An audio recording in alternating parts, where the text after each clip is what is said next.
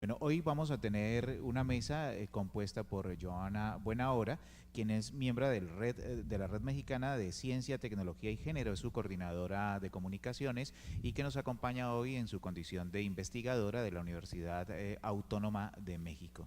Y también nos acompaña Isabel Patiño, que es gestora cultural, investigadora, también en los campos de la producción cultural relacionados con la gastronomía, siguiendo un poco los pasos y las huellas de su querido padre, querido por todos nosotros, Germán Patiño Osa. Entonces, estamos aquí para empezar. Primero vamos a darle paso a la ponencia de Joana Buenadora, que vuelve y nos convoca en torno a las relaciones que tiene la novela de Isaacs con el tema del género y el género también relacionado con las prácticas de carácter cultural. Buenos días y bienvenida. Buenos días y tan gracias a todos los que están aquí, a los que nos están siguiendo por la transmisión en la página del simposio y del centro virtual. El trabajo que yo voy a leer se llama De María Anaí, Mujeres, Cocina y Literatura. Entonces voy a leer ¿Sí? para darle paso a Isabel. En 1867 se publicó María, en el 2007 Fogón de Negros y en 2015 La hoguera lame mi piel con cariño de perro. 3 textos, 3 formas de historizar la región. Desde los ojos de un joven hacendado, desde el diario de una mujer esclavizada y funcionando como bisagra el relato de cómo se conformó la cocina vallecaucana. Germán Patiño nos reveló una arista de María que no conocíamos. Desentrañó en la obra de Isaacs la configuración de la cocina criolla, sancochada a fuego lento con rastros prehispánicos, andaluces, moros y castellanos. Nos permitió asistir a la historia de lo crudo, de lo cocido y lo podrido a través del sancocho, el plátano, la caña de azúcar, la yuca, el arroz, los tamales y los dulces. El uso del coco, la preparación del ceviche y la presencia del fufú están condensadas página tras página en el texto de Isaacs. Leída usualmente como un drama romántico, la novela se desborda ante la mirada lectora gracias a la perspectiva que nos ofreció Germán Patiño Osa en su maravilloso Fogón de Negros. Cocina e identidad son los temas que atraviesan Fogón de Negros. Germán Patiño caracteriza a los personajes de María a partir de lo que comen, cómo y dónde lo hacen, en un recorrido sobre la cocina azucarada, la sexualidad y el amor, su efecto balsámico y la socialización de hombres y mujeres de diferentes condiciones sociales y raciales. Narra las relaciones múltiples entre la literatura y la cultura alimentaria en el Valle del Cauca como espejo de las mismas en el territorio colombiano. En el siglo XIX, como afirma Patiño Osa, la pobreza no se definía por el hambre, o al menos así se evidencia en la novela de Isaacs.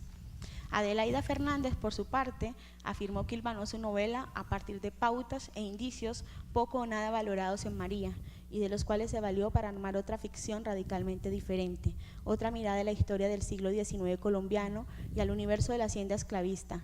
Es la palabra de Naí, Feliciana en la novela de Isaac, la que nos guía. Ella escribe en la cocina, entre los atados de leña y las mazorcas, su hijo encuentra los escritos de la madre.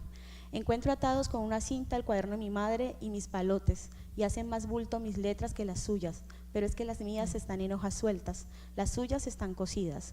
Guardan mis letras que son recuerdo y las suyas que son alma, dice Sundiata. El diario nos revela su incansable búsqueda de Sinar, los amores apurados en un callejón, el retorno a Gambia y el amor a su hijo Sundiata, Juan Ángel en María. Un amor sustentado en sus manos y en su comida que hacen suspirar a Sundiata y lograr que en cada leche con melao, pan de horno y carne seca, el hijo desaprenda el miedo al amo, aprenda que a los pies calzados no se les pide perdón. En la hoguera entramos a la cocina y las mujeres esclavizadas, asistimos a la cotidianidad del alimento y a los afanes de su ingesta. En la hoguera está Nana de la novela de Isaacs, que allá es una mujer sumisa y amorosa con la niña huérfana, cobra voz y cobra nombre. Naí se desnombra para nombrarse y hacerse corpórea, hacerse dueña de sí misma, contándonos ese mundo decimonónico desde su mirada de libertad. María es una novela fundacional no porque no existieran novelas antes. Hay que recordar que ese mismo año se publicó La magistral Dolores de Soledad Costa de Samper. Es fundacional porque es una obra transdiscursiva.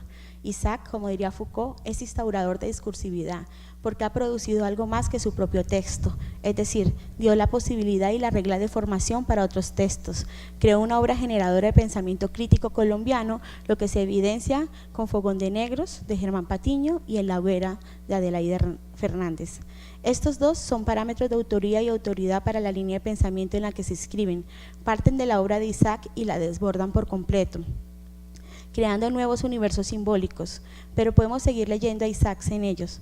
No hay que confundir esto con la intertextualidad, pues en este caso, siguiendo a Foucault, se dan las analogías, pero se hacen posibles las diferencias. En otras palabras, se abre espacio a algo diferente, pero pertenece a lo que se fundó. Es un retorno a un olvido esencial y constitutivo, en este caso, las cocinas y el relato de Naí. Es usual que en la relación literatura-cocina se acuda a la descripción de recuerdos, sabores, sensaciones y pasiones que genera el alimento. Se presenta el plato en la mesa sin hacerle saber al lector-lectora qué sucede al interior. Esta manera de analizar el binomio cocina-literatura nos conduce a una especie de esencialismo entre el ser y el comer, petrifica y museifica en un cúmulo de recetas, la condena al placer como única arista posible y naturaliza nuevamente el papel de la mujer en el espacio de la cocina como único destino posible para algunas y como signo de opresión y sumisión para otras. Este retorno al olvido constitutivo, desde dos perspectivas diferentes, en Fogón y la hoguera, pero aunadas, permite preguntarnos por nuestras identidades, entendida la labor cuquinaria como una actividad del orden social y simbólico que es necesariamente contingente y cambiante. Acercarnos a la literatura nacional desde esta perspectiva tan poco explorada resultaría un interesante ejercicio. ¿Ha cambiado la representación de la actividad alimentaria en la literatura regional vallecaucana? ¿Cómo se narra el universo alimentario? ¿Quiénes están? ¿Quiénes quedaron por fuera? Quizá entrar a la literatura desde esta dimensión nos permite una mirada gastropolítica que enriquezca los ejercicios hermenéuticos literarios. Como bien decía Germán, lo que sucede en la cocina también es un asunto político. Amin Maalouf, en su libro Identidades asesinas, explica que las personas fronterizas son aquellas atravesadas por fisuras étnicas, religiosas, políticas o de otro tipo. En el caso de las obras que me interesan, son dos mujeres desarraigadas, se les niega la pertenencia y se les atribuye una identidad esencial e inamovible. Las personas fronterizas, en este caso María y Naí, suelen serlo por circunstancias ajenas a su voluntad. Pero Maalouf asegura que tienen vocación de ser enlaces, puentes, mediadores entre diversas comunidades y culturas. Esto les permite socavar la idea de una sola identidad genérica e instaurar identidades compuestas. Quizá la imagen de las personas transfronterizas sea más adecuada que el concepto de transculturación que usó Germán en su libro, porque el problema con la transculturación es que nos sirve para todo, pero explica poco, pues aboga por una unidad cultural que tiende en muchas ocasiones a invisibilizar las profundas fracturas de las culturas nacionales. La cocina hace parte de la cultura alimentaria, está más allá de ser el espacio donde los alimentos se transforman en comida, constituye una seña de identidad en tanto abarca todo un entramado simbólico y su articulación con el resto de la cultura. Para Sumito Esteves, es el lugar para construir la polis, para hacer política. Y vista desde esta perspectiva y siguiendo las enseñanzas de Germán, podemos pensar en las cocinas de María y Naí como una heterotopía de la resistencia, el lugar de crisis y de desplazamiento que impugna lo real y que es fuente inagotable de la imaginación, creatividad y fantasía. Una heterotopía abierta. Uno cree acceder a lo más simple, a lo que está más fácilmente a disposición, siendo que en realidad se está en el corazón del misterio. Mujeres y cocina. Explorar al otro culinario nos brinda nuevas perspectivas sobre el papel del género, la clase, la geografía y la racialidad en la construcción de los estados-nación. Si somos lo que comemos, entonces hay que indagar cómo las mujeres esclavizadas, las indígenas y las mestizas de las clases populares tuvieron incidencia en las ideologías nacionalistas a través de la cocina. Las mujeres negras convertían lo que cocinaban en un arte sofisticado que no pasaba por ingredientes costosos ni presentaciones elaboradas. Sin embargo, el fogón de las negras les producía a la élite un sentimiento ambivalente que iba de la nostalgia a la repulsión aristocrática. Esto implica que es necesario revisar críticamente quién está en la cocina, cuál es su rol, quién puede salir de ella, y así desarticular para quienes opera la idea de la opresión femenina en el espacio cuquinario y cómo la liberación de unas implica más cargo de trabajo para otras, siempre a las mujeres racializadas y con marcas de clase. Si bien el discurso patriarcal ha establecido que es en nuestro entorno natural, y hay una papuderización del oficio femenino, esta idea no nos permite acercarnos a las estrategias de resistencia que generaron y siguen generando miles de mujeres ante el poder de los otros y las otras. La cocina sigue siendo en gran medida un espacio velado, al cual solo accedemos por fragmentos de historias personales, por la recreación del cine o una representación literaria que excede en los usos románticos. En María, algunas mujeres se afanan para que todo quede preparado y esté a tiempo. Solo se afanan, es decir, ordenan y guían, mientras que son otras las que cocinan, las que aguantan el calor y maten el manjar blanco durante horas. Entre esas mujeres están ahí, quien tiene muy claro la diferencia entre lo que se come en la casa grande y a lo que acceden su hijo y ella. Los señores se sientan a la mesa y esperan, mientras que los hombres esclavizados buscan la leña, ordeñan, cuidan el ganado, destajan los animales y organizan el trapiche. La impronta de la alimentación en la obra de Isaac evidencia los abismos entre los sectores sociales. Se podían reunir al momento del manjar blanco y compartir un aguardiente, pero la división de clases y racial no se perdía. Las mujeres de la casa grande preservaban su blancura y las mujeres de la ranchería nuestra negrura, porque al escondido también nos hacíamos abluciones de leche tibia, por el lado de ellas que no lo supiera Dios, por el lado nuestro que no lo supieran ellas, dicen ahí en la hoguera. La mujer transafricana sigue siendo representada siempre como estancada, en la precariedad del silencio y la marginación social, política, económica y sobre todo confinada en la estructura de la pobreza, confinada a la cocina, mientras la mujer integrante del grupo hegemónico criollo se iba incorporando a ciertos espacios públicos de transacción y de expresión. La mujer negra, en cambio, se hundía cada vez en una estructura de silencio, de otredad doble, de violencia y por ende de invisibilidad. El cuerpo de la mujer negra, como texto en el que se escribe la historia con tinta blanca, constituye un espacio discursivo transhistórico, epicentro de las cuestiones de racialidad, sexualidad e identidad, al que apenas nos estamos asomando en lo que llamamos literatura nacional colombiana. Muchas veces desde la instalación esencialista, otras desde la mirada paternalista colonial y pocas veces desde una lectura autocrítica que nos permita situarnos ante las obras y visualizar la genealogía literaria que nos brindan para comprender la historiografía literaria colombiana, que sigue incompleta, centrista y plagada de olvidos. Dice Sidney Min que es probable que en los sabores de la comida encontremos la más fuerte e indeleble marca de los aprendizajes de la infancia, las lecciones que más permanecen en el tiempo pese al colapso del mundo que la generó y que más perdurablemente sostienen la nostalgia. El universo perdido es, después de todo, el universo materno, el mundo de los gustos primordiales y la comida básica, de las relaciones arquetípicas y de la bondad cultural arquetípica en la que el placer recibido es parte integral de todos los placeres. Esa es una de las razones por las que Naí siempre está haciendo referencia al alimento, lo nombra en su lengua materna y por eso Sundiata en cada bocado suspiro y suelta el miedo. El fogón de negras es cobijo y protección. En cruquillas, comiendo todos del mismo plato, desaprenden en cada pedazo de tasajo a conjurar la muerte de la eterna memoria que producen los pies calzados. La actividad alimentaria y el ejercicio de la cocina no está reservado a las mujeres en la obra de Isaac. En el pasaje de la cacería del tigre, del que ya va a hablar ahorita, Germán Patiño nos ofrece un interesante acercamiento a la actividad culinaria como oficio masculino, pero no la que está en las escuelas gastronómicas ni la de los chefs famosos, sino la de la cocina popular. La cocina de lo crudo, que sería masculina, siguiendo Fogón de Negros, que viene a ser el espacio público, lo cocido y los espacios cerrados, lo femenino. Habría que explorar con detenimiento estas relaciones que propone Germán en su libro, pues se marcan en la dicotomía entre lo público y lo privado, entre cultura y naturaleza, basadas en una diferenciación genérico-sexual que ha sido fuertemente criticada desde las ciencias sociales y desde las epistemologías feministas. La cocina de María, que nos recreó Germán en Fogón de Negros, se visualiza en la obra de Adelaida Fernández. La cocina de María, que nos enseñó Germán Patiño, es una posibilidad de seguir el texto de Isaac desde otra mirada y abre rutas críticas frente a los estudios de la literatura colombiana en los cuales no hemos percatado.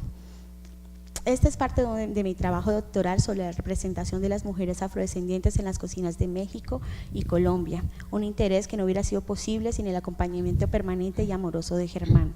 Entonces este texto es parte de un pequeño homenaje a Germán y quiero darle la palabra a Isabel en este momento. Gracias. Gracias, Joana. Bueno, Isabel. Pues bien, ya como lo dijo Joana en sus palabras, y tan bellas. La mujer afrodescendiente presente en María define muchas cosas muy importantes en nuestra cultura, y por ello, mediante una búsqueda personal mía con respecto a la obra de mi padre y de encontrar respuestas, luces para poder seguir en el camino de la vida con más interés y motivación en el cotidiano, pues estamos trabajando desde la Fundación Germán Patiño haciendo una investigación y un trabajo arduo en relación con este universo de NAI, de la mujer afrodescendiente y la cultura gastronómica de nuestra región. Por ello, pues hay una frase de Germán Patiño para la cual quiero abrir estos minutos.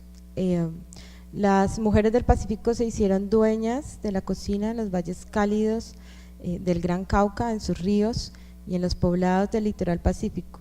Se apropiaron del lenguaje, la crianza de los niños blancos y negros, de la música y la danza, y a veces de la propia casa solariega. Marcaron profundamente la cocina regional, instalaron el fogón de negros. Bueno, aparte de que aquí nos dice que las mujeres afrodescendientes nos cocinan, también nos danzan, también nos criaron en el seno materno. Yo provengo de un mestizaje también, en donde tengo un padre negro, una madre indígena por lado materno. Entonces, con estas enseñanzas uno puede indagar un poco más sobre de dónde se proviene, de dónde nacemos y qué nos hace identificarnos en nuestra cultura. Entonces, el ejercicio realmente que traigo hoy es una experiencia personal por esa búsqueda, y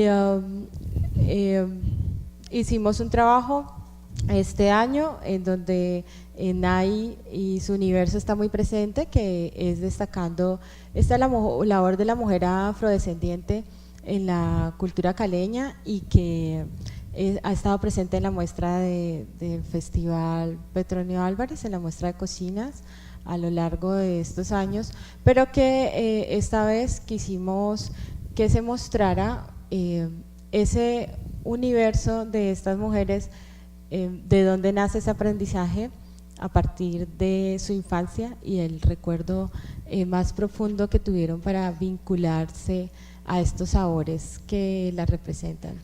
Entonces, por ello, allí en la presentación, si podemos ver más adelante. Ahí está. ¿Sí? Ok.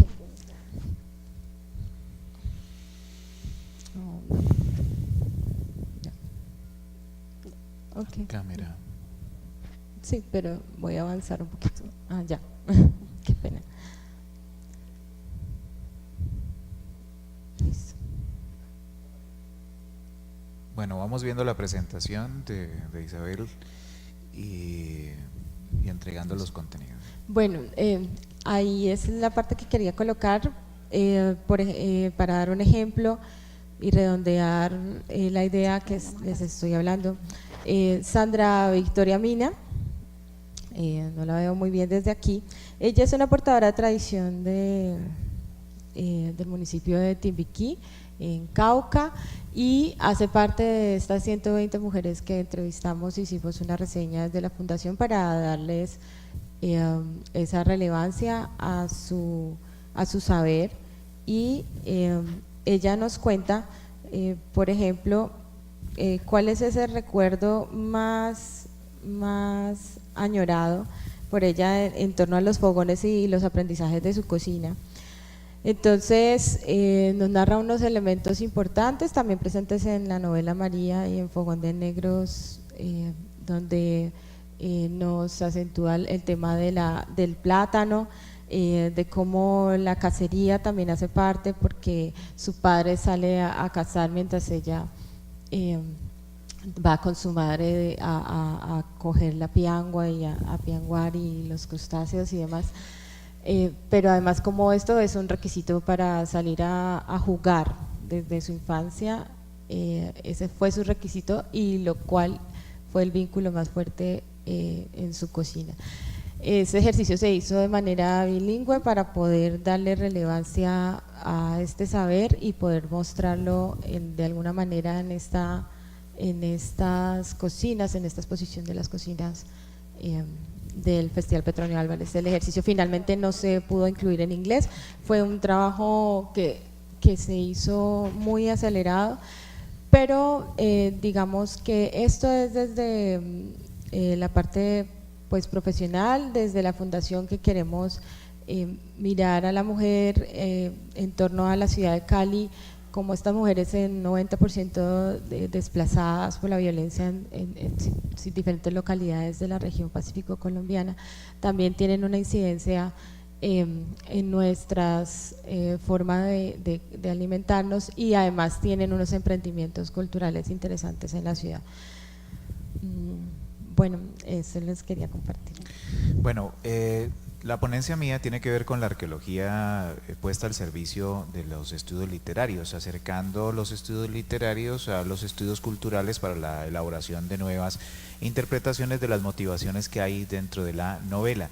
Pero como el tema dominante en la mesa es el relacionado con lo gastronómico, pues yo quiero poner al servicio de esa dinámica la ponencia y resignar su lectura. Es como lo más consecuente para poder acercarnos al desarrollo ordenado del tema. Voy a hacer alusión a un par de segmentos en los cuales yo recorto motivaciones específicas del texto. Voy a ir directamente a la novela y un poco para presentar a esas mujeres que todavía y que hoy y mañana seguirán siendo una constante, una presencia importantísima dentro de nuestros aconteceres culturales. Voy y sitúo en la novela el momento en que Efraín visita a su amigo Emigdio, ¿no? Emigdio, que está contado en la clave específica del amo en relación directa con Carlos, que no está contado ya en la forma del amo, sino en la forma del rico propietario rentista. Y en esa visita a Emigdio se da un almuerzo, que es un almuerzo que hay que prestar especial atención al manejo adjetivo que se hace en la descripción de dicho almuerzo. Emigdio fue a ponerse una chaqueta blanca para sentarse a la mesa, pero antes nos presentó una mujer negra engalanada con el azafate pastuso con aguamanos, llevando pendiente de los brazos una toalla primorosamente bordada. Y aquí Isaac se le da el paso o hace la descripción de una presencia importante en torno a la mesa y describe el almuerzo. El almuerzo se describe de la siguiente manera: en el almuerzo no hubo grandezas, pero se conocía que la madre y las hermanas de Emigdio entendían eso de disponerlos. La sopa de tortilla aromatizada con hierbas frescas de la huerta, el frito de plátanos, carne desmenuzada y roscas de maíz, el excelente chocolate de la tierra, el queso de piedra, el pan de leche y el agua servida en antiguos y grandes jarros de plata no dejaron de desear. O sea, ahí están los elementos de un almuerzo en el contexto vallecaucano, y en esos elementos hay una posibilidad de encontrar la relación entre aquello que forma parte de la tradición y aquello que las dinámicas van transformando y van llevando también a una paulatina desaparición. Un trabajo que ha hecho Isabel en el último tiempo es tomar desde una perspectiva antropológica desarrollos de las comunidades afros y volverlas a poner en la mesa, no con el proceso de estilización ni de edulcuración, no, sino mostrarlos como una circunstancia viva que todavía está como práctica en las comunidades. Hablemos de ese proceso, Isabel. Bueno, de hecho creo totalmente que el cocinero, el chef, hoy en día tiene un papel muy importante, es un papel social muy importante. Creo que está más allá del carácter hedonista y del disfrute de los sentidos como tal en la mesa, el gusto, el olfato, y pienso que esa experiencia en la que he incursionado en gran parte ahorita a través de la red de bibliotecas públicas de Cali, a través de la Secretaría de Cultura, es ese encuentro de la cocina popular a través de las letras e involucrar a las personas con este ejercicio de la lectura desde una manera más cercana a su cotidiano, pero siempre poniéndole ese elemento afrodescendiente que los recursos literarios nos lo permiten en la medida. Y hablemos de las presencias, Joana, hablemos de esa mujer negra que se presenta engalanada con el azafate pastuso con aguamanos, esa mujer que está en torno a la mesa y que adicionalmente tiene un detalle que hay que destacar, que es una toalla primorosamente bordada. Isaacs como un testigo de la diversidad y como aquel que no solamente cuenta las dinámicas de la mesa de los amos, sino que cuenta a aquellos que, como dijo en algún momento Germán Patiño, se apoderaron del fogón mientras los amos eran los dueños de la tierra. Bueno, a ver, yo releyendo la obra de María a través de Isaacs y a través de los ojos de Adelaida, que me parece que es una línea de tiempo y una conjunción importante que establecer, o sea, poder conjuntar las tres obras, porque te da otra mirada diferente frente a ese universo idílico del siglo XIX que te plantea Isaacs y te permite volver a una revisión crítica a esa idea de que son las mujeres negras las que poseían el fogón, ¿no? Porque ahí entramos en la misma idea de qué es realmente qué es lo que se posee y qué es lo que se tiene, ¿no? Y que nos permite desarticular esa idea tradicional de que las mujeres tenemos el poder de la canela y la sal, y allí hemos estado circunscritas, pero además nos permite, creo que una de la importancia de lo que revisó Germán en la obra de Isaacs, que él mismo lo dice, es que estos engalanamientos con la toalla primorosamente bordada, que son tan lindamente descritos, si los desubicamos del lugar de lectura, nos permite ver las profundas problemas de discriminación y diferencia de racialidades y de clase que hay en la novela de Isaacs, ¿no? Es decir, como que hay un nivel de lectura en que si nos quedamos con el engalanamiento de la mujer negra que viene con la toalla primorosamente bordada, uno dice, mira qué bonito lo describió, qué lindo era, qué bueno, ¿no? Pero lo que está mostrando ahí atrás de esa mirada, que está también presente en el que siempre dice, ellas se afanaban, las otras cocinaban, ¿no? Es que hay una diferencia racial y de clases que está, quizá no lo podía decir de la manera en que lo estamos diciendo nosotras ahora, ¿no? Pero creo que por eso es importante hacer una línea de tiempo en referencia a la relación literatura, cocina e identidades en el Valle del Cauca a partir de las tres obras. Hay que recordar que Germán Patiño en Las Cocinas de María, un ensayo que se volvió a publicar hace poco en la colección Jorge Isaacs, el escritor en todas sus facetas, compilado por Darío Henao Restrepo, quien es el director y gestor de este espacio, habla de estas mujeres, sus presencias, sus fortalezas, su presencia física, y las compara con las mujeres afro en la cocina norteamericana alrededor de las biscuits. Hablemos de esa relación también, ¿no? Que no es un trabajo fácil, es un trabajo que comprende el ejercicio físico y que comprende también la ubicación de la mujer en contextos específicos dentro de prácticas y posesión de técnicas. Yo creo que lo que permitió la creación de Fogón de Negros, que fue Premio Iberoamericano de Ensayo del Caricuervo, lo que permite es mirar cómo hay una línea de continuidad en las representaciones literarias del siglo XIX que podemos seguir viendo hasta ahora en todas las Américas. Es decir, cómo pensarnos, que era una cosa que siempre hablábamos con Germán, pensarnos en una cocina de la diáspora, ¿no? Una cocina de la diáspora que se articula desde Nueva Orleans, bueno, ahora con las nuevas trabajos hasta Argentina, con todos los trabajos sobre los afroargentinos que hay en este momento, que no eran cosas que teníamos dentro de la cabeza hace unos años. Entonces pensarte en una cocina de la diáspora y en un discurso crítico, cuquinario, que baja, como digo, desde Nueva Orleans hasta la Patagonia, y que entonces permite visualizar, insisto, en el papel de las mujeres afrodescendientes y en el papel de las mujeres esclavizadas en los discursos de construcción de los estados nacionales, y en cómo lo que se quedó por fuera, por ejemplo, ahorita pongo el ejemplo de la cocina mexicana con toda la declaratoria del 2010 del patrimonio culinario en México, lo que se queda por fuera es justamente la cocina de los afromexicanos, ¿no? Entonces, esta mirada de las Aunt Jemimas, ¿no? Y de las tías y de las nanas negras que cocinan y de las nanas, nos está, a lo que atendía Germán era que te está diciendo otra cosa más, es más profundo que simplemente seguir viéndolo desde los ojos de la exotización, que sigue siendo un discurso discriminatorio e invisibilizador cada vez que lo ponemos como en estas aristas de qué bonitas eran, ¿no? Como muñequitas de aparador, y ahí las dejamos. Sí, el gran problema sería la folclorización de esas estampas, ¿no? Pero es una constante dentro de la literatura latinoamericana el ubicar a las mujeres en cercanía a las cocinas, pero también en cercanía a las revoluciones. Hay que recordar la obra de José María Arguedas, donde está claro que se detonan las revoluciones en el contexto de los Andes gracias a los liderazgos de las mujeres, que en muchas ocasiones están asociados a no producir los sabores como la costumbre lo dicta, o muchas veces al castigo, que está relacionado con un uso político del eros. Voy a la ponencia que tenía preparada. Digo, en la sopa, el encuentro de los elementos indígenas y africanos asumidos a un modelo de producción hispánico. La carantanta y el cimarrón se unen en un condumio que no se pretende ni original ni excepcional, que encuentra su gloria en el hecho de ser cotidiano.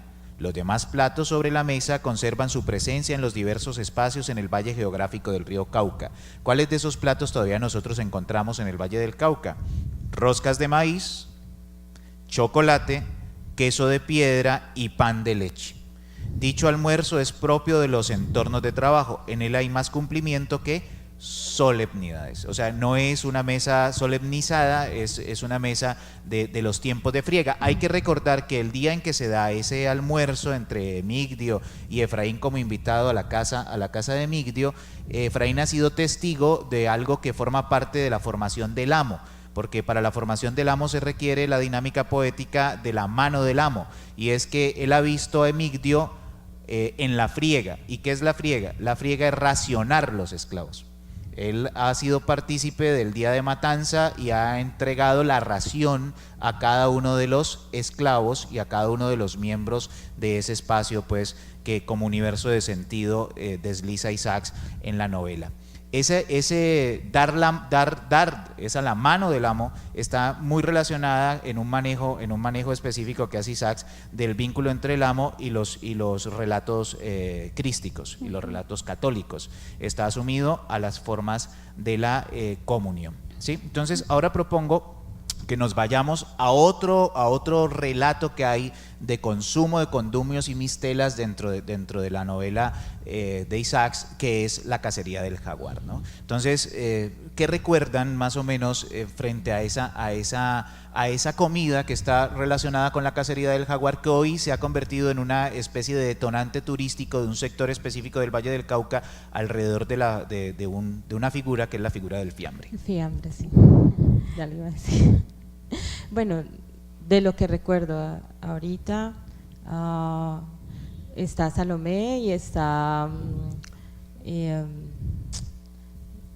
Luisa, o cómo se llama la otra chica que lo alimenta antes de ir a la cacería, pero vuelven y comen lo que mencionabas ahorita. Hay un chocolate al cual se le añade el afrecho, el maíz para espesar.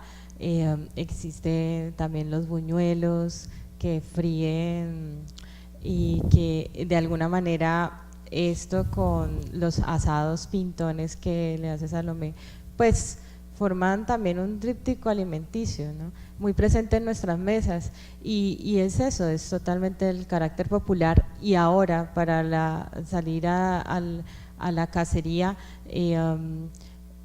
si nombran el fiambre, ya ha cambiado mucho al parecer, porque ya tenemos pues el arroz allí, las carnes igual ahumadas y freídas, y el sofrito o el hogao está presente pues ya, pero todo está envuelto en hojas también.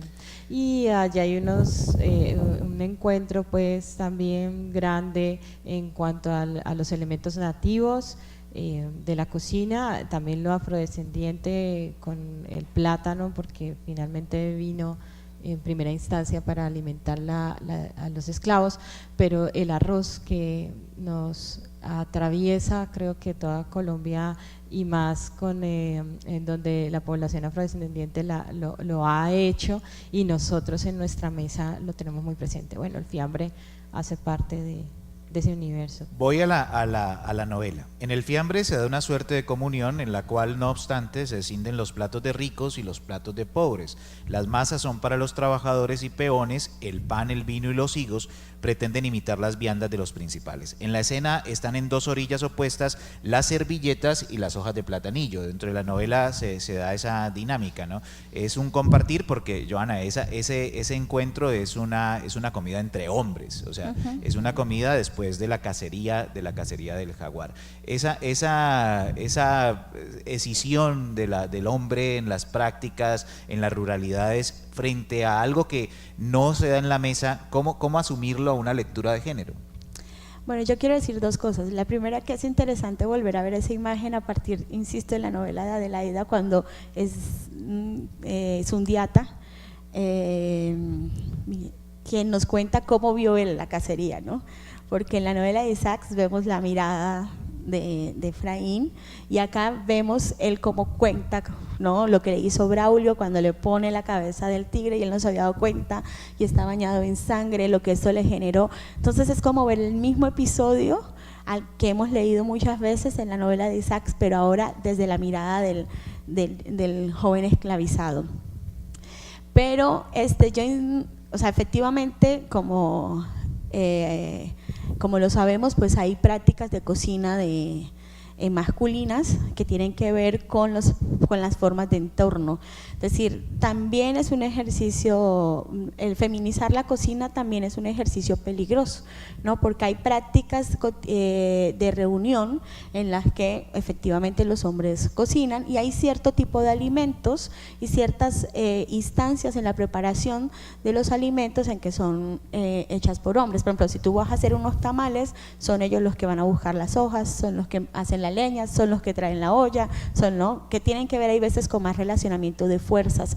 Pero por ejemplo los asados, la preparación de la barbacoa, por ejemplo en México hay taqueros y hay mujeres que hacen quesadillas porque tiene que ver con quién está más cerca al fogón, con ciertas tolerancias. Entonces por eso es peligroso la feminización del espacio de la cocina, porque nos deja por fuera todas otras miradas y otros implicamientos que no nos permiten ver. Y además en esos términos, pues que la cocina para hombres y mujeres muchas veces es un espacio de sobrevivencia económica. Voy a la lectura de la novela. Dice: las provisiones eran blancas y moradas masas de choclo, queso fresco y carne asada con primor. Todo ello fue puesto sobre hojas de platanillo. Sacó enseguida de entre una servilleta una botella de vino tinto, pan, ciruelas e higos pasos, diciendo: esta es cuenta aparte. Las navajas machetonas salieron de los bolsillos. José nos dividió la carne, que acompañada con las masas de choclo era un bocado regio. Agotamos el tinto, despreciamos el pan, y los higos y ciruelas le gustaron más a mis compañeros que a mí. No faltó la panela, dulce compañera del viajero, del cazador y del pobre. El agua estaba helada. Mis cigarros de olor humearon después de aquel rústico banquete. Hago el siguiente comentario. Tras un banquete criollo y labriego, convertido hoy en prenda de quienes han hecho de las prácticas y acervos culturales un detonante de lo turístico, Tiburcio asume su obligación y sus particularidades, las cuales Efraín comprende a descuido. Con imponderable destreza, Tiburcio desolló el tigre, sacándole el cebo que dizque servía para qué sé yo. El para qué sé yo es significativo, pues nos muestra la existencia de rasgos que se escapan a la racionalidad occidental. Es un espacio donde se están encontrando amos y labriegos en una división que es bastante más compleja que la división que habitualmente nos han presentado, ¿no? Porque casi siempre nos hablan de amos y esclavos, y resulta que en la novela nosotros encontramos amos, libertos, agregados, esclavos, entenados. Hay una gran cantidad de usos que forman parte de una racionalidad también dentro de la distribución del beneficio y de la ubicación del bienestar en el universo Hacienda. Bueno, mi ponencia es bastante más amplia sobre el tema de la arqueología literaria, pero no la vamos a desarrollar. Simplemente quería poner al servicio del tema que se propone para esta mesa los elementos que componen dicha ponencia. No me quiero ir sin decir pues la importancia de hacer esos ejercicios de arqueología literaria en un ejercicio muy claro de poder construir una relación entre la literatura, no como la literatura y las demás disciplinas, no como la literatura ligada a la condición tributaria o una condición subalterna, sino también como la literatura puesta al servicio de la construcción disciplinar, en el auxilio de esa construcción disciplinar en torno a los estudios culturales, proponiendo por lo menos 3 tipos de lectura: una lectura argumental, que es la que se suele enseñar desde una perspectiva enciclopédica; una lectura de carácter documental, que es la que se ha hecho desde las distintas disciplinas, la antropología, la historia; y hoy una lectura de carácter isotópico, que lo que busca es superar los determinantes semióticos que han hecho que la novela muchas veces se agote en símbolos. Hemos repartido entre el público unos papelitos para hacer preguntas a los ponentes. Entonces, vamos hasta las 10:20, vamos a intentar responder estas preguntas. Para Joana Buenahora, el espacio de la cocina es uno común, de conspiración, de magia para las mujeres negras. En su investigación sobre la cocina afrocolombiana y afromexicana, ¿cuál ha sido el elemento más liberador que ha descubierto y ha encontrado? Bueno, a ver, yo quiero hacer una diferenciación en este tema, y es que, bueno, a partir de los años 60, con el libro de la mística femenina de Betty Friedman, que nos dijo que teníamos que liberarnos de la cocina y salir de la opresión, y se volvió un motivo de orgullo no saber ni hervir el agua ni fritar un huevo, ¿no? Pero eso está relacionado a ciertas clases sociales y condiciones de racialidad, ¿no? Porque pues algunas sí podíamos salir de la cocina, pero a otras les tocó quedarse en la cocina para cocinarnos a las que nos fuimos, ¿no? Entonces, estas condiciones creo que mirados desde esa óptica, la cocina cobra otro espacio de dimensión, cobra otra resignificación epistemológica, porque lo que vemos es un montón de mujeres que para ellas la cocina no es un ejercicio de opresión, porque es un oficio de recursividad económica. Y eso le da otro marco, ¿no? Más bien es qué tipo de representaciones hacemos los que estamos desde fuera, desde el oficio que esas mujeres están asumiendo, que tienen restaurantes, que crean fondas y que con eso durante muchísimo tiempo han sacado adelante a sus familias. Entonces, en el trabajo con las mujeres de la Costa Chica, que es donde hago el trabajo de campo, que es parte donde está mayormente ubicada la población afromexicana, la Costa Chica de Oaxaca y Guerrero en México, una de las posibilidades del trabajo de campo es aprender esto, ¿no? Es decir, para mí la cocina es un trabajo, tampoco es que sea el ejercicio de liberación, y por eso decía que la representación literaria a veces es excesivamente romántica, y entonces vienen los olores de la esquivel y los pétalos de rosa y las codornices que están muy bonitas, pero que en la vida real, las que están en la cocina 10 horas saben que eso no sucede, ¿no?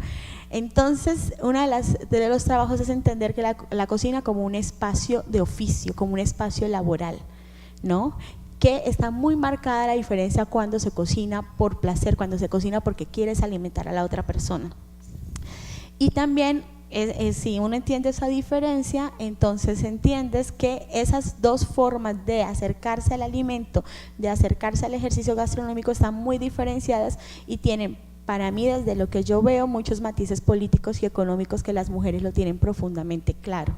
Entonces, creo que la cocina es un espacio de comunión, de liberación, pero tampoco hay que romantizar el ejercicio, porque pues ahí hay otros elementos.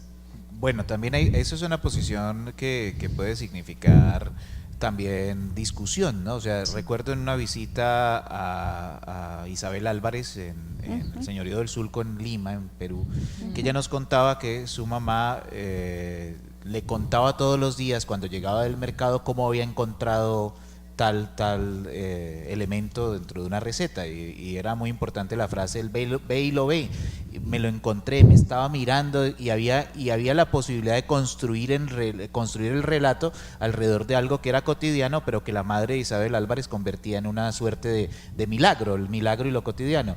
¿Es esa posición una posición romántica o es una posición también donde simplemente las personas se encuentran desde una lógica también más casual y no solamente vista desde la perspectiva académica? ¿Qué piensas de, Isabel, de ese acercamiento a la cocina como un espacio también para el romántico o como un espacio para el desarrollo laboral? Yo pienso que es un encuentro entre ambas cosas.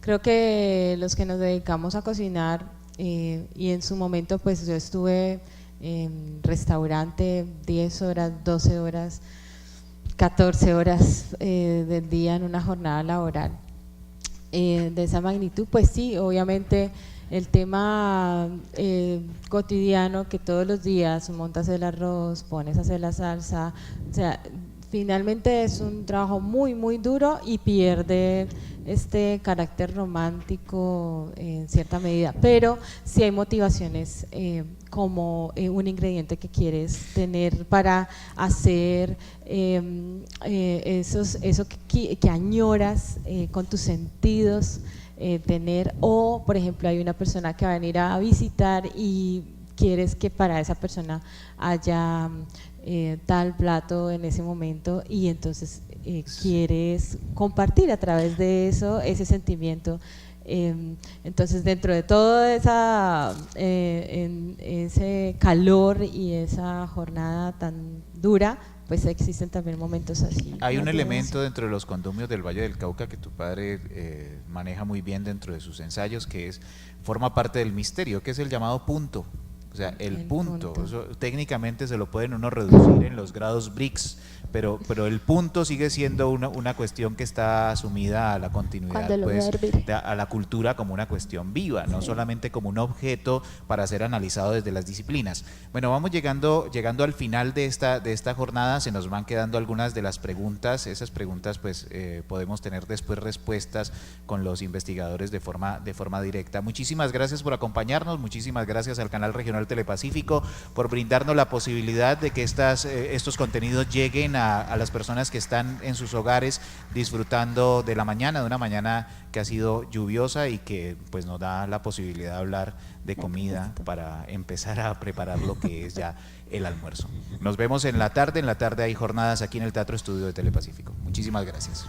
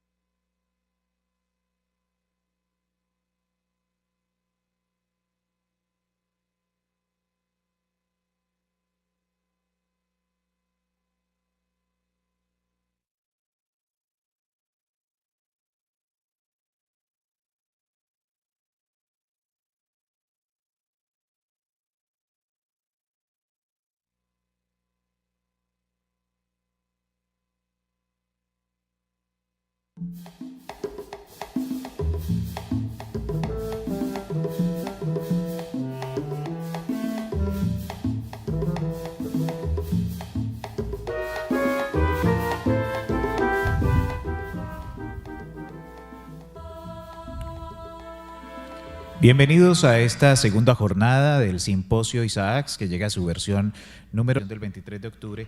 Esta segunda jornada la conferencia a cargo de COPEA de Madrid, cuyo título es Identidad y representación de los afrocolombianos en María, de Jorge ISAACS. Este simposio se realiza gracias al apoyo de la Universidad del Valle, el Centro Virtual ISAACS, el Grupo de Investigación de Narrativa Colombiana, el Programa Editorial, la Escuela de Estudios Literarios de la Universidad, además de VTV en los servicios de streaming en el Centro Virtual y en la página de la Universidad del Valle.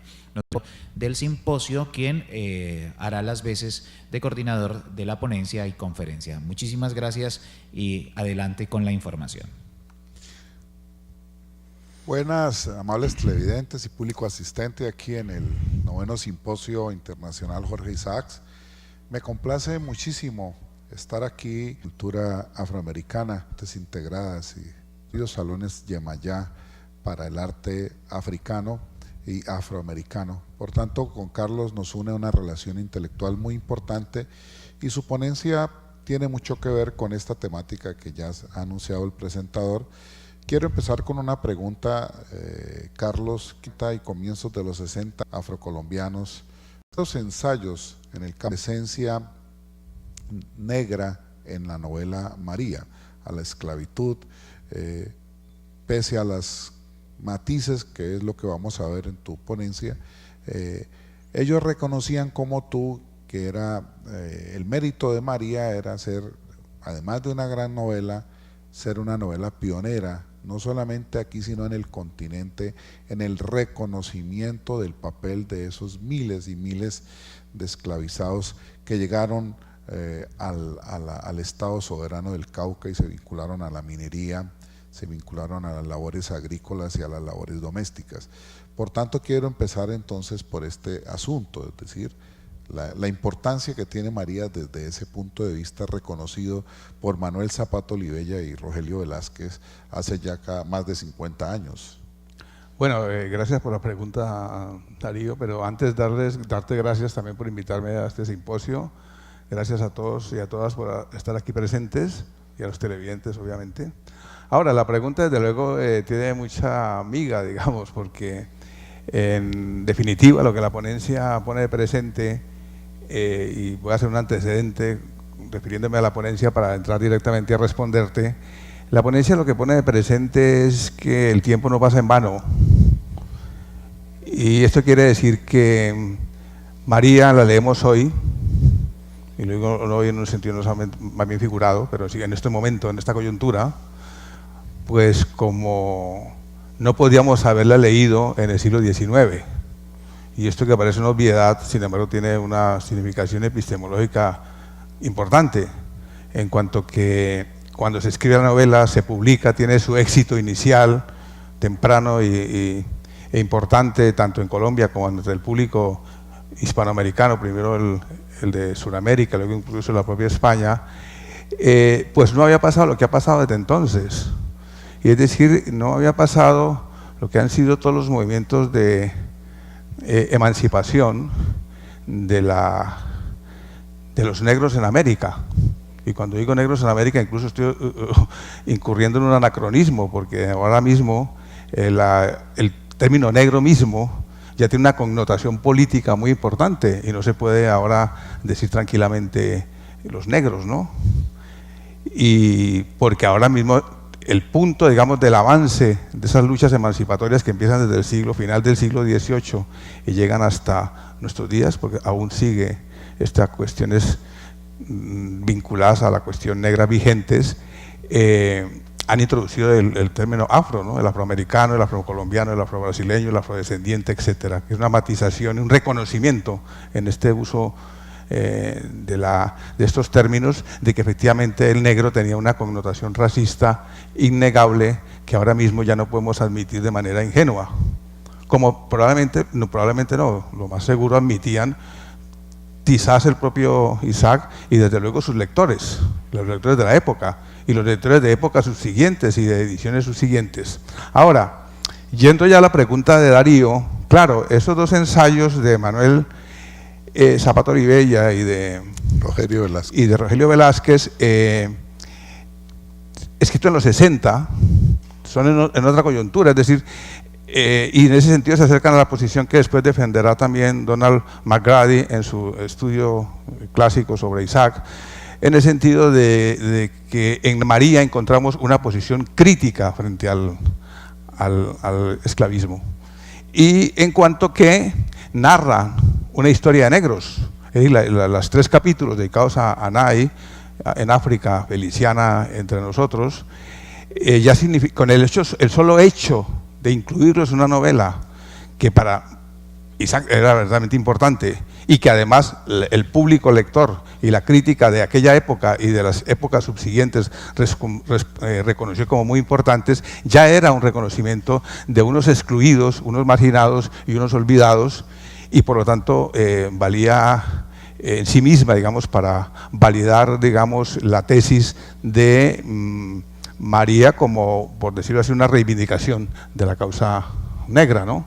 Solo que desde el año 60 hasta hoy, ya han pasado también bastantes años y varias décadas, y entre otras cosas los estudios culturales, la antropología cultural y el desmantelamiento, la deconstrucción, para decirlo derridianamente, del lenguaje ha avanzado muchísimo, y por lo tanto ya no podemos leer a María, y es por eso que decía, el tiempo no pasa en vano, con la ingenuidad de pensar que esa novela o no tenía nada que ver con la esclavitud y el racismo, o por el contrario, es una primera vindicación de los esclavos en una sociedad que todavía era racista. Yo me inclino a pensar, y esa sería la respuesta, que visto desde hoy, visto desde esta trayectoria histórica que no se puede negar y que nos convierte en otros lectores y en otros receptores de María, no se puede negar el carácter racista de María. Por supuesto, está ahí presente, porque además estudios recientes como el profesor Chacín de la Universidad Nacional se refiere al tema del narrador. Es un narrador muy mediado, Isaac toma distancia, quien está contando realmente es Efraín, un personaje que tiene unas memorias, y hay una mediación que hace que la estrategia de Isaac sea muy compleja. Pero vamos a un punto central de tu conferencia que me parece muy, muy importante, y es que se trata de un mundo perdido, como nos contaba ayer María Teresa Cristina, del cual ya está absolutamente todo cancelado. La novela se escribe entre el 64 y el 66, se publica en el 67, ya ha pasado, pues se ha abolido la esclavitud, la quiebra de la familia de Isaac, toda la infancia que está allá, y tú hablas de un fenómeno que es muy importante, que es la idealización, y hay un sustrato muy fuerte autobiográfico, aunque hay que hacer también mediaciones al respecto, porque todo el mundo en la crítica tradicional identificaba a Isaac con Efraín. Yo sostengo la tesis de que es mejor identificar, porque tiene más razón de ser, con el espíritu del propio Isaac, con María, que a su manera en el mundo que le tocó fue rebelde y decía más bien morirse antes que quedarse sin su amor. Pero son interpretaciones. Lo que quiero preguntarte con esto es ese proceso de idealización, que lo vamos a ver en varios aspectos que tú señalas, para que empecemos por este tema tan importante a meternos ya en la novela. Sí, la idealización, claro, que ya ha sido citada por María Teresa. Digamos, yo en la ponencia la abordo desde dos dimensiones, ¿no? La primera dimensión de carácter, digamos, biográfico, en el sentido de que cuando escribe María, Jorge Isaac está allí en ese campamento de la vorágine, no, la víbora, ¿no? La víbora, me confundo por la selva, cambio de selva. En la víbora, cuando lo escribe, él está allí de superintendente de obras, y por lo tanto una situación de funcionario público, de empleado público, a quien, digamos, todo el mundo de la infancia y la adolescencia, de hijo privilegiado de un gran terrateniente esclavista, con todo lo que supone desde el punto de vista de mundo de vida, de privilegios, de experiencias y riqueza en todos los sentidos, incluso en el sentido emocional, pues ya han desaparecido. Es un hombre que ya está en crisis, digamos, vitalmente. Y por lo tanto, él, cuando recupera el mundo de su infancia y de su adolescencia, claro, la recupera no de la manera de una memoria, sino a través de un constructo literario, de un artefacto literario, es decir, aplican las leyes de la literatura. Esto no es un problema de que simplemente Efraín sea Jorge Isaacs o que María sea Jorge Isaacs, una tesis muy interesante por lo demás, que me gustaría de pronto refrendar más adelante.